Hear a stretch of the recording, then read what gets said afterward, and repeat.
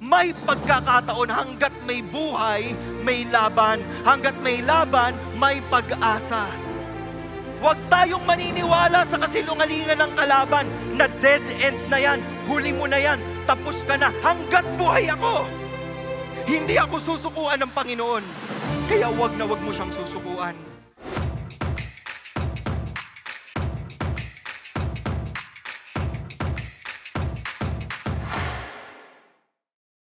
Ano bang ginagawa natin kapag tayo ay nakagawa ng pagkakamali? Sino po sa inyo nagkamali na sa buhay? Taas kamay. Dami rin ha. Ano ho ang ginagawa natin pag tayo ay nakagawa ng pagkakamali? Si Adan at saka si Eva po, anong ginawa? Nagtago. Di ba?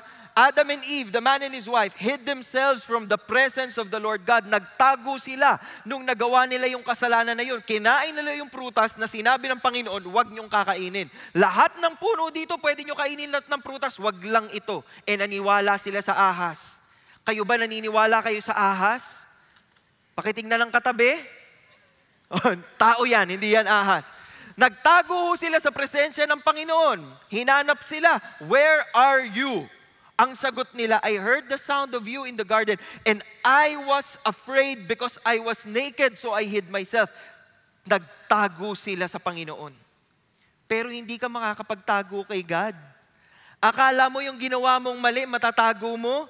Pwedeng hindi alam ng magulang, pwedeng hindi alam ng asawa, pwedeng hindi alam ng mga anak, pero kitang-kita ka ni Lord. Sabihin mo sa katabi nyo, nakita ni Lord yan. Diba? Nakita ni Lord yan. So kung meron po tayong nagawang pagkakamali, isang bagay lang ang dapat nating gawin. Ang title po ng ating service ngayon ay Go Back to God. Pakisabi sa katabi, Go Back to God. Oo, go back. Yung iba ang sabi sa katabi, go to sleep.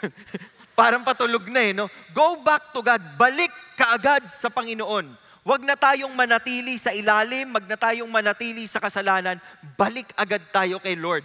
Pag-uusapan natin ang kahalagahan ng repentance. Tatlong bagay. What is fake repentance? What is true repentance? At yung road to real repentance. At dito sa series na to, ang pinag-uusapan natin ay mga Bible characters. So ang karakter na bibida sa atin, sa ating service ngayon ay dalawang karakter na mayroong iisang pangalan.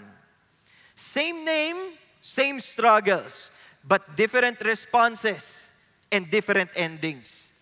Ito po si Judah at si Judas. Ang pangalan nila, pag tinranslate niyo po sa Hebrew, ay parehas lamang. Judah at Judas.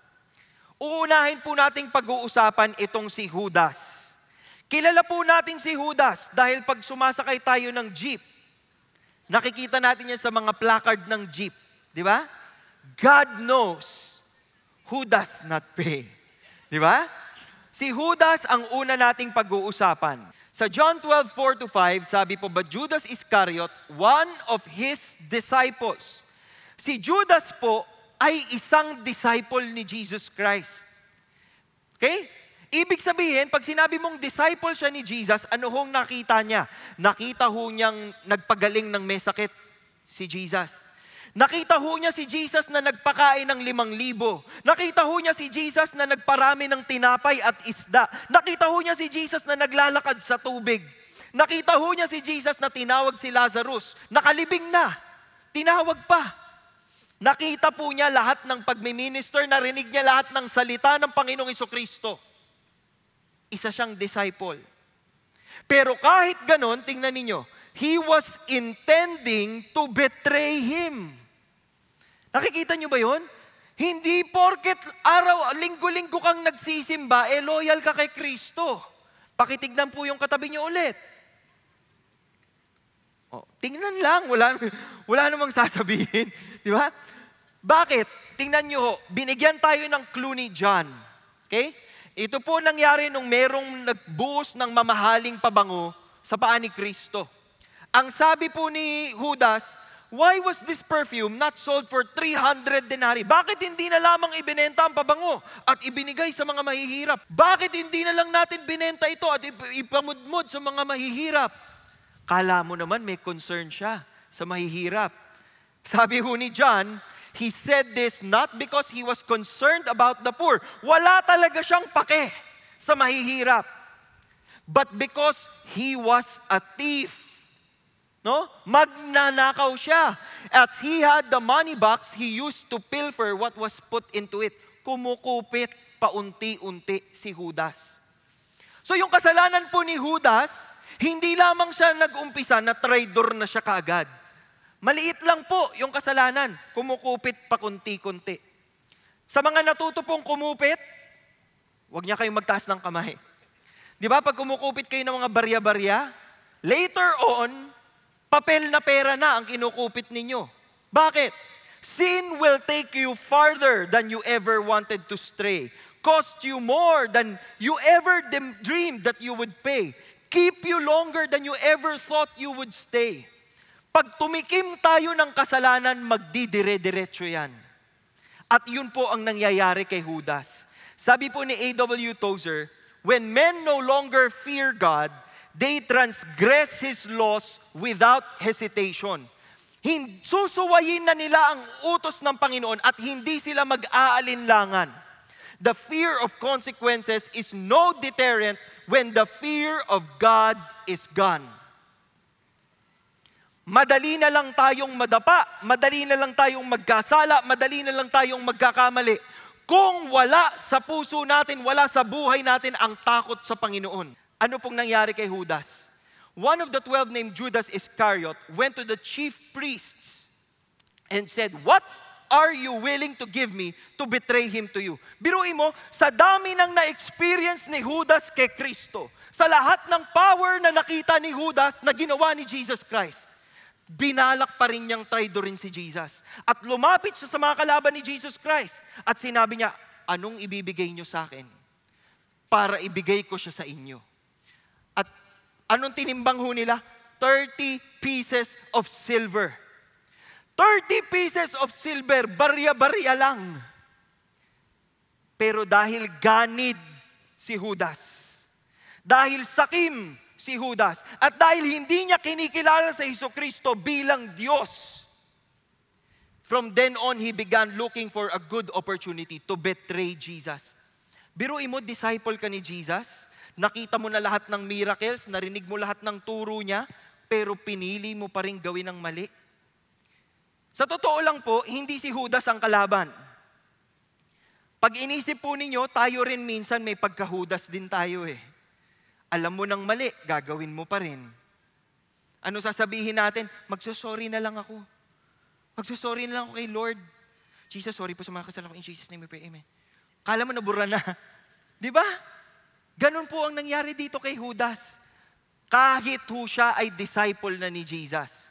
Totoo pong nangyayari yan. Sabi sa Hebrews 6, "For in the case of those who have once been enlightened, have tasted of the heavenly gift, and have been made partakers of the Holy Spirit," kasama kayo, nagpapartake kayo sa samahan na ito, "and have tasted the good word of God and the powers of the age to come, and then, pagkatapos nito, you have fallen away.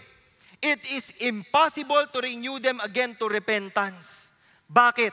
Dahil alam mo na, binitiwan mo pa rin. Mahirap nang bumalik. Pag alam mo na, tapos tinalikuran mo pa rin si Jesucristo, mahirap nang bumalik, since they again crucified to themselves the Son of God and put Him to open shame. Si Judas po ay gumawa ng mali. At alam niya, nung dinakip si Jesus, di ba nakipag-kiss pa siya kay Jesus? Sabi pa niya doon sa mga kasamahan ko, "Sinong ibebeso ko ha? Kunin niyo ha." "Jesus, kamusta na?" Tapos dinakip si Jesus. Pagkatapos nun, nakonsensya kaagad si Judas. Sa sobrang konsensya po niya, tingnan ninyo, when Judas who had betrayed him saw that he had been condemned, he felt remorse. May matindi siyang naramdaman sa kanyang sarili. Remorse is pagsisisi. Remorse is, bakit ko ginawa yun? So binitbit ho niya yung mga perang binigay sa kanya at pumunta siya doon sa mga priest. Sabi niya, "Sa inyo na to." Binabalik niya. Ano pong binabalik niya? Sabi niya, "I have sinned by betraying innocent blood." Inosente yan. Inosente yan. Kaibigan ko yan si Jesus Christ. Ito ng pera. Binabalik. Anong sabi sa kanya? "What is that to us? See to that yourself." Wala na kaming paki dyan. Wala naman na talaga silang pake. Alam niyo kung bakit? Nasa bingit na ng kamatayan si Jesus. Huhusgahan na siya nila Pilato. So wala na kaming pake dyan sa 30 pieces of silver. And he threw the pieces of silver into the temple sanctuary. Sa sobrang bigat ng nararamdaman ni Judas, binato niya yung 30 pieces of silver. Wala, hindi siya kumuha ni isa. Samantalang nung una, willing siyang gawin ng lahat kapalit ng 30 pieces of silver. At this point, he threw the coins, he threw the 30 pieces of silver to the temple court. And then, anong ginawa niya? Nagpatiwakal po siya. He went away and hanged himself. Sabi ho ni Paul sa 2 Corinthians 7:10, for the sorrow that is according to the will of God produces a repentance without regret. Yung magsisisi ka at lalapit ka sa Panginoon, yun ang mahalaga. Kasi meron hong ganun and it leads to salvation. Pero meron pong sorrow of the world that produces death. And that's what happened. That's what happened to Judas. He succumbed to the lies of the enemy. He succumbed to his guilt. Kadalasan po yung kaaway, babatuhan kayo ng mga kasinungalingan eh. Hindi ka natitino. Ano ba? Sino bang gino-joke mo? Kitang-kita kita kagabi, nagloko ka. Wala ka nang magiging pagbabago. Pag kayo naniwala kayo doon, dead end talaga kayo. Katulad ng pagka-dead end ni Judas. Tandaan po ninyo, repentance involves sorrow for the act of sin. Remorse is sorrow for its consequences. Kadalasan po tayo natatakot sa parusa. Hindi natin nakikita yung weight ng kasalanan, yung problema ng kasalanan. A repentant person is sorry he sinned. Sorry, Panginoon, nagkamali ako sa harap mo. And then he goes back to God. Lumalapit siyang pabalik sa Panginoon. Whereas a remorseful person is just sorry he got caught. Huwag daw kayo magsosorry kung di naman talaga kayo sorry. E naalala ko nung bata ako, ito araw-araw, Jesus, sorry po sa mga kasalanan ko. In Jesus' name we pray, amen. Tapos kinabukasan gagawa ka ulit ng kasalanan. Tapos sasabihin mo, Jesus, sorry po sa kasalanan. Parang ganun na sasabihin sa'yo ni Lord. Don't tell me you're sorry because you're not. You're only sorry because you got caught. Nahuli ka lang, kaya ka nagsosorry. Kailangan yung sorry natin real. Kaya tatanungin natin, what is true repentance? Ngayon titignan natin yung kakambal sa pangalan ni Judas. Ninuno niya si Judah. Tingnan natin ang kwento. Madadaanan ho natin ang kwento ni Judah kay Joseph. Genesis 37, Joseph, when 17 years of age, was pasturing the flock with his brothers while he was still a youth, along with the sons of Bilhah and the sons of Zilpah, his father's wives. And Joseph brought back a bad report. Ano pong nangyari? Dahil meron siyang favorite, he loved Joseph more than his sons, ginawan ho niya pa ng sarili niyang coat, yung rainbow-colored coat, vari-colored tunic. So galit ang mga kapatid ni Joseph sa kanya. His brothers saw that their father loved him more than all his brothers, and so they hated him. Ayaw nga nilang makipag-usap sa kanya. Then Joseph had a dream, and when he told it to his brothers, they hated him even more. Kasi ang panaginip ni Joseph, sasambahin siya ng mga kapatid niya. Isipin po niyo yun, epal ka na nga. Tingin na nga sa'yo ng mga kapatid mo, epal ka. Tapos magkikwento, na alam niyo ba na panaginipan ko, yuyuko kayong lahat sa akin? Isipin niyo kung gaano sila ka-bad trip sa kanya. Di ba? Ano ba to? Bida-bida to ha.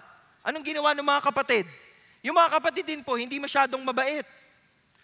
Tingnan niyo ito, 37:18-20. When they saw him from a distance and before he came close to them, nagplano sila, they plotted to put him to death. Ginusto ng mga kapatid ni Joseph na patayin siya. Here comes this dreamer. Now, let us kill him and throw him into one of the pits. Patayin natin, tapos itapon natin. Tapos sabihin natin sa tatay natin, kinain siya ng hayop. Dito papasok si Judah. Bumoses si Judah. Sa dami nilang magkakapatid, nagsalita siya. At tignan niyo yung sinabi niya, what profit is it for us to kill our brother and cover up his blood? Anong mapapala natin Kung papatayin natin at itatago natin yung kanyang pagkamatay at talagang dadanak ang dugo niya, wala tayong mapapala dito. Alam niyong magandang idea? Sabi ho niya sa kapatid niya, naiisip mo bang naiisip ko? Palagay ko nga, bananas in pajamas lang. O anong naisip mo? Alam ko na, ibenta natin siya. Sell him and not lay our hands on him, for he is our brother, our own flesh. At anong nangyari? Nakinig ang mga kapatid niya sa kanya. Sinunod siya na mga kapatid niya kahit hindi siya ang pinakamatanda. Then some Midianite traders passed by, they pulled him up and lifted Joseph out of the pit and sold him to the Ishmaelites for 20 shekels of silver. Barya-barya lang sa umaga. Binenta ang kapatid. Biruin ninyo, willing silang gawin ito, they brought Joseph to Egypt. Yung pinagbentahan nila. At anong ginawa nito magkakapatid? Kinuha nila yung tunic or yung coat ni Joseph, pumatay sila ng male goat, nilublob nila yung damit ni Joseph doon sa dugo ng kambing, and they sent the varicolored tunic and brought it to their father and said, tingnan niyo itong mga magkakapatid na to, halangang bituka. Nilagyan ng dugo yung damit ni Joseph. Pumunta sa tatay, sabi niya sa tatay, Itay, sa palagay mo, kay Joseph ba to? Tapos, ginanyan yung damit to, puro dugo. Kay Joseph ba to? Is this your son's tunic or not? Alam nilang kay Joseph yon. Alam nila nangyari kay Joseph. Alam niyo ginawa nung tatay? Nagluksa. They brought the lies to the father, and the father was really heartbroken. Sinira niya yung kanyang damit. Sobrang sakit para sa kanya. Isipin niyo ko kayo yung magkakapatid. Nakita niyo yung tatay niyo matanda na umiyak. Anak ko. Umiyak. Kayo mga magkakapatid, nag-trip-trip lang kayo. Sa palagay ko, kung makikita ko yung tatay kong iiyak ng ganun, tapos parang aatakihin sa puso, yung anak ko. Hindi, joke lang. Hindi pa siya patay, buhay siya. Di ba? Babawiin nyo eh. Pero iba to. Iba tong magkakapatid na to. Natiis nila na araw-araw nagluluksa yung tatay nila, and they just believed the lie. So much so that after 21 years, tanggap na nila na patay na si Joseph. They just believed their own lie. Naniwala sila sa sarili nilang kasinungalingan. Fast forward tayo. 21 years after nilang ibenta si Joseph, nagkaroon ng famine. Kinailangan nila ng pagkain. Ang sabi, sa Egypt may pagkain. Sa Egypt may ayuda. So punta ho sila. Punta ho sila sa Egypt. Hindi nila alam, yung kapatid na binenta nila na ang nasa isip nila patay na, doon naghahari sa Egypt. So nung nakita ho sila, anong ginawa? Pinagbintangan silang mga espiya. Sabi ni Joseph, hindi nila alam na si Joseph, sabi ni Joseph sa kanila, ipapakulong ko kayong lahat, mga espiya kayo. Spy kayo, no? Spy kayo, no? So anong sabi? Nagmamakaawa sila, wag niyo po kaming ikulong. Sabi ni Joseph, binilang niya yung mga magkakapatid eh. Sabi niya, ilang kaya tong mga magkakapatid na to? Sabi niya, meron pa kayong kapatid? Meron pa po, may bunso kami. Okay, dalhin nyo dito yung kapatid nyong bunso. At para babalik kayo, ikukulong ko yung isa sa inyo. Ang pinili niyang ikulong, si Simeon. Okay? So, ang leader na ng magkakapatid ay si Judah. Biruin mo kayo si Judah. Uuwi kayo ng bahay ninyo, sasabihin nyo, Daddy, -1 ulit tayo. Di ba? Isipin ninyo, nakita niya yung paghihinagpis ng tatay niya nung nagkunyari silang patay si Joseph. Tapos ngayon, pupuntahan mo yung tatay mo, Daddy, nabawasan na naman tayo ng isa, na-evict. Big brother yan. Di ba? Daddy, wala na si Simeon, nakakulong. Isipin niyo yung bigat sa puso ni Judah. At nang magkakapatid, tingnan niyo, sabi nila, truly we are guilty concerning our brother. Nung nalaman nilang ikukulong sila, anong sinabi nila? Mali tayo dito. Pinaparusahan tayo, pakaparusahan to kasi nagsinungaling tayo eh. Inapin natin si Joseph, naaalala ko, umiiyak si Joseph nung binenta natin eh. Patay tayo dito, yun ang sinasabi nila. Na pinarusahan na tayo. Biro nyo, 21 years. Parang kinalimutan na lamang nila yung ginawa nila. Ngayon lahat yun bumalik sa iyo. Sinabi po ni Paul sa Romans chapter 1, since the creation of the world, His invisible attributes, eternal power, divine nature have been clearly seen. Nakikita ng lahat yan, pero pinili nating tumalikod sa Panginoon. Huwag niyo pong sabihin na masama kasi talaga siyang tao. Hindi. Alam niya ang mabuti at masama. Pinili lang niya yung masama. Parang silang magkakapatid po. Parang tayo rin. Alam nilang may mali silang ginawa. So nung dumating sila kay Jacob or Israel, si Judah ang nakipag-usap. Ang sabi po ni Judah, send the lad with me. Padala mo na sa amin si Benjamin.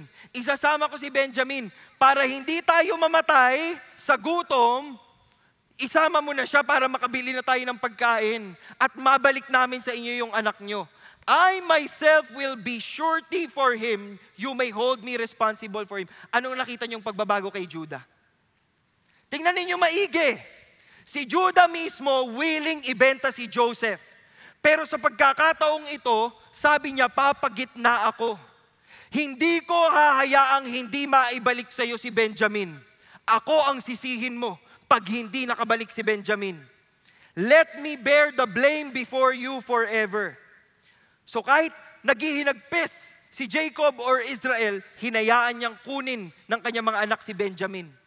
Pagdating nila ng Egypt, nagkainan sila, nagsayahan sila, etc., etc. Anong ginawa ni Joseph? Nilagay ni Joseph ang kupita doon sa sako ni Benjamin. Tapos nung pauwi na sila, pinahabol niya. Pinahabol niya sa mga sundalo niya. Sabi, may magnanakaw sa inyo. Ayaw natin sa magnanakaw. Ayan, ano nangyari? Pagbukas, naandun ang kupita sa sako ni Benjamin. May ginawa bang mali si Benjamin? Wala. Hindi ho siyang kumuha. Si Joseph po ang nagpalagay ng kanyang kupita doon sa sako ni Benjamin. Ngayon, nangatog yung mga magkakapatid. Sabi ni Judah, what can we say to my Lord? What can we speak? How can we justify ourselves? God has found out the iniquity of your servants. Ibig sabihin, nagsisisi kami. Grabe kasalanan namin. Behold, we are my Lord's slaves, both we and the one in whose possession the cup has been found. Alipin mo kami, pero sorry, hindi namin to alam. Sabi ni Joseph, far be it from me to do this. The man in whose possession the cup has been found, siya lang ang magiging alipin ko. Lahat kayo uuwi. Pati yung unang kapatid na kinulong, iuwi nyo na. Pero itong bunso nyong kapatid, dito lang siya sa akin. Magiging alipin ko siya. Ano sa palagay nyong ginawa ni Judah? Tandaan nyo, sinabi ni Judah sa tatay niya, hindi ko hahayaan. Ipaglalaban ko yan. Anong nakikita natin? Kinausap ni Judah yung prime minister. Hindi pa niya alam na si Joseph yon. Kinausap niya at kinwento niya yung kanilang buong buhay. Yung buong buhay nila, kinwento niya doon kay Joseph. Ngunit sa kwento na yon, ang naging bida ay ang kanyang pagmamahal at pag-aalala sa kanilang ama. Sobrang mahal ni Judah yung kanyang ama, na ayaw niyang makita ito, na iiyak katulad nung umiyak siya kay Joseph. Ayaw niyang saktan ang kanyang ama. Ayaw na niyang makitang maghirap yung kanyang ama. May nagbago sa puso niya. Kaya willing siyang pumagitna. Sabi niya, please, let your servant remain instead of the lad, a slave to my Lord. Wag na siya. Bossing, wag na siya. Ako na lang. Ito ay paboritong anak na si Bobby. Ito ay ang paboritong anak na si Benjamin. Si Rebreb. Ako na lang ang ikulong mo. Ako na lang ang alipinin mo. Wag siya. How shall I go up to my father if the lad is not with me, for fear that I see the evil that would overtake my father? Nakikita niyo yung pagsisisi?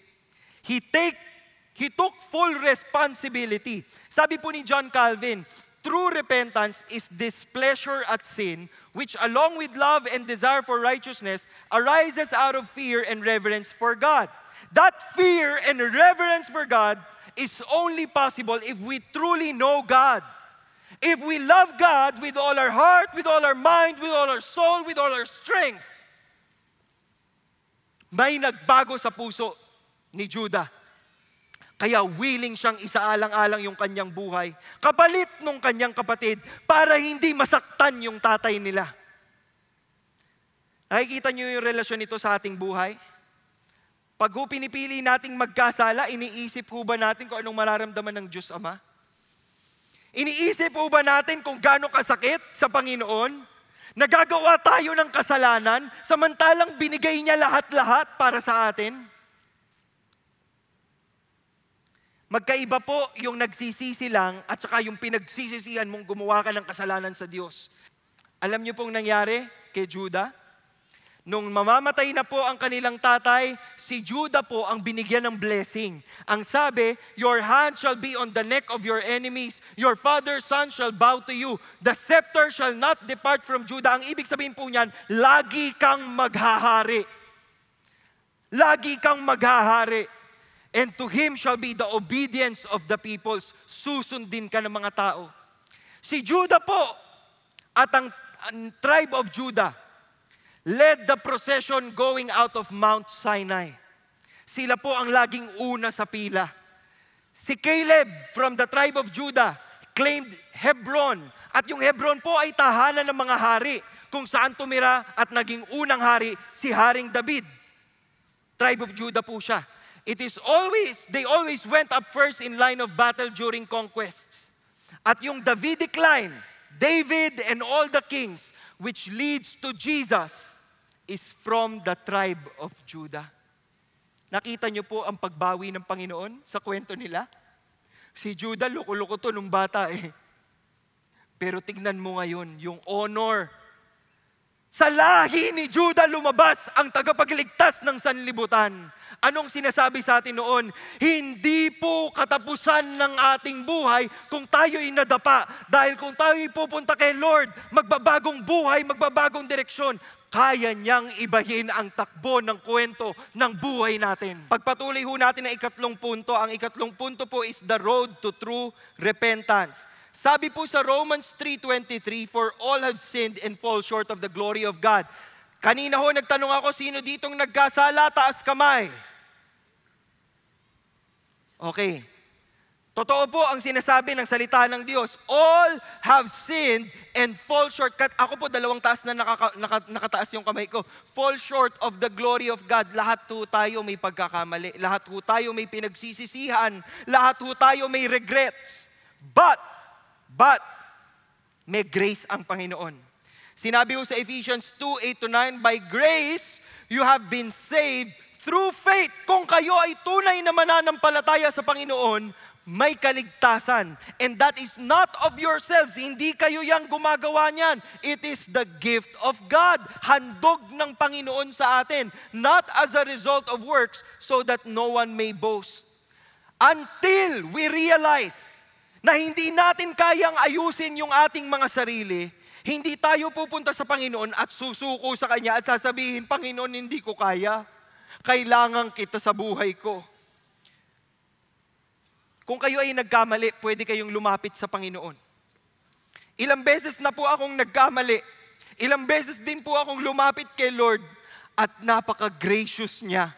Sinabi po ni Isaiah, let the wicked forsake his way and the unrighteous man his thoughts, and let him return to the Lord. Magbalik loob ka. Kahit nagkamali ka, bumalik ka kay Lord. Kahit nadapa ka, bumalik ka kay Lord. Pag nadapa ka, bangon lang. Pag meron ka nagawang mali, takbo kay Lord, mag-sorry kay Lord. Huwag kang magtago kay God. Lumapit ka kay God. And He will have compassion on you. And to our God, for He will abundantly pardon. Bangon lang. Huwag ka manatili sa baba. Huwag mong ibigay ang panalo sa kaaway. Lumapit, tumakbo, kumapit tayo sa Panginoon. Nasa Kanya ang tunay na pagbabago. Nasa Kanya ang awa, nasa Kanya ang grasya, nasa Kanya ang pagmamahal. Bakit ko kayang sabihin ito sa inyo? Dahil marami ako naging pagkakamali. Pero lumapit ako muli sa Kanya. Kaya wag mong iisipin na yung nagawa mo, hindi makakakalapit kay Lord. Walang nakakapigil sa taong willing lumapit at sumuko sa Panginoon. Hindi kayo mapipigilan ng kaaway. Pag sinabi niyo, Lord, gusto kong sumuko sa iyo. Gusto kong ibigay ang buhay ko sa iyo. Kakatagpuin ka ni Lord. At ipapakita sa iyo ni Lord ang kapangyarihan niya. Kaya niyang baguhin ang takbo ng kwento ng buhay natin. Bakit? Sinabi sa Hebrews, we do not have a high priest who cannot sympathize on our weaknesses, but one who has been tempted in all things as we are, and yet without sin. Alam niya yung paghihirap natin. Alam niya yung laban natin sa kasalanan. Therefore, let us draw near with confidence to the throne of grace. Lumapit tayo sa Kanya so that we may receive mercy and find grace to help in time of need. Ang daan para dito ay kay Kristo. Walang ibang daan. Si Kristo lang. John 14 verse 6 said, I am the way and the truth and the life. No one comes to the Father but through me. Walang ibang daan, kay Kristo lang. Aanyayahan ko kayong lahat na pumikit at yumuko. At sa puntong ito, kung meron man po dito na kinakausap ng Panginoon ngayon at sinasabihan kayo ni Lord, ito na ang araw, isuko mo na. Ito na ang araw, alam ko ang mga mali mong ginawa. Yan ang sinasabi ni Lord. Alam ko ang mga pagkakamali mo. Pero sa kabila ng lahat ng iyon ay mahal kita at inialay ko ang aking buhay para sa iyo. Kailangan nating sumuko, mga kapatid. So sa araw na ito, kung meron mang sinasabi sa iyo ang Panginoon, malamang pinapaalalahanan ka sa mga pagkakamaling tinatago mo, sa mga kasalanang hindi mo pa pinagsisihan, o sa hindi mo pagtawag sa Kanya bilang Diyos, Master, Lord, and Savior. Binibigyan kita ng pagkakataon ngayong araw na ito na gumawa ng napaka-importanteng desisyon. Ang desisyon na sumuko sa Panginoon natin at ating tagapagligtas. Panginoon, kung meron mang isa dito sa mga taong nakikinig ngayon na kinakausap mo at sinasabihan mo at iniimbitahan mo na buksan ang pintuan ng kanilang puso at tanggapin ka bilang Diyos at tagapagligtas, mangusap ka ngayon sa kanila, O Diyos. Kaya mong baguhin ang buhay nila. Ngayon, kung narinig mo ang tinig ng Diyos sa iyong puso, at alam mong ito na ang araw ng iyong pagsuko sa Kanya, maaari bang imbitahan kitang tumayo para mapagdasal kita? If you think today is the day that you will surrender to the grace and love of Jesus Christ, stand on your feet and receive the forgiveness of Jesus Christ. Hindi ko kayo pinipilit tumayo. Yung pagtayo nyong yan ay desisyong ginagawa nyo sa inyong puso't isip. Sinasabi nyo sa Panginoon, ayoko nang magkunwari. Magsiseryoso na ako sa iyo, Panginoon. Isusuko kong lahat ng ito. Isusuko kong lahat ng pagkakamali ko. At mabubuhay ako para sa iyo. Panginoon, alam mo ang mga puso ng mga taong tumayo ngayon. At dasal kong katagpuin mo sila ngayon. Kahit yung mga nanonood sa amin online. Kausapin mo sila, Lord. At ipaalala mo sa kanila na dahil dumanak ang iyong banal na dugo sa krus ng Kalbaryo, ang lahat ng aming mga kasalanan ay hinugasan mo na. Burado itong lahat. Kami ay pinatawad. Kami ay pinalaya. Kami ay pinalakas. Kami ay minamahal. Kami ay tinatanggap ng aming Panginoon, Diyos at tagapagligtas. Sa iyo ang buhay namin, O Diyos. Maraming salamat na pinagtagumpayan mo ang laban. Maraming salamat sa grasya. Maraming salamat sa pagmamahal. Salamat sa pagkakataong matawag ka, Jesus, bilang aming Diyos at tagapagligtas. We thank you in Jesus' name. Amen and amen.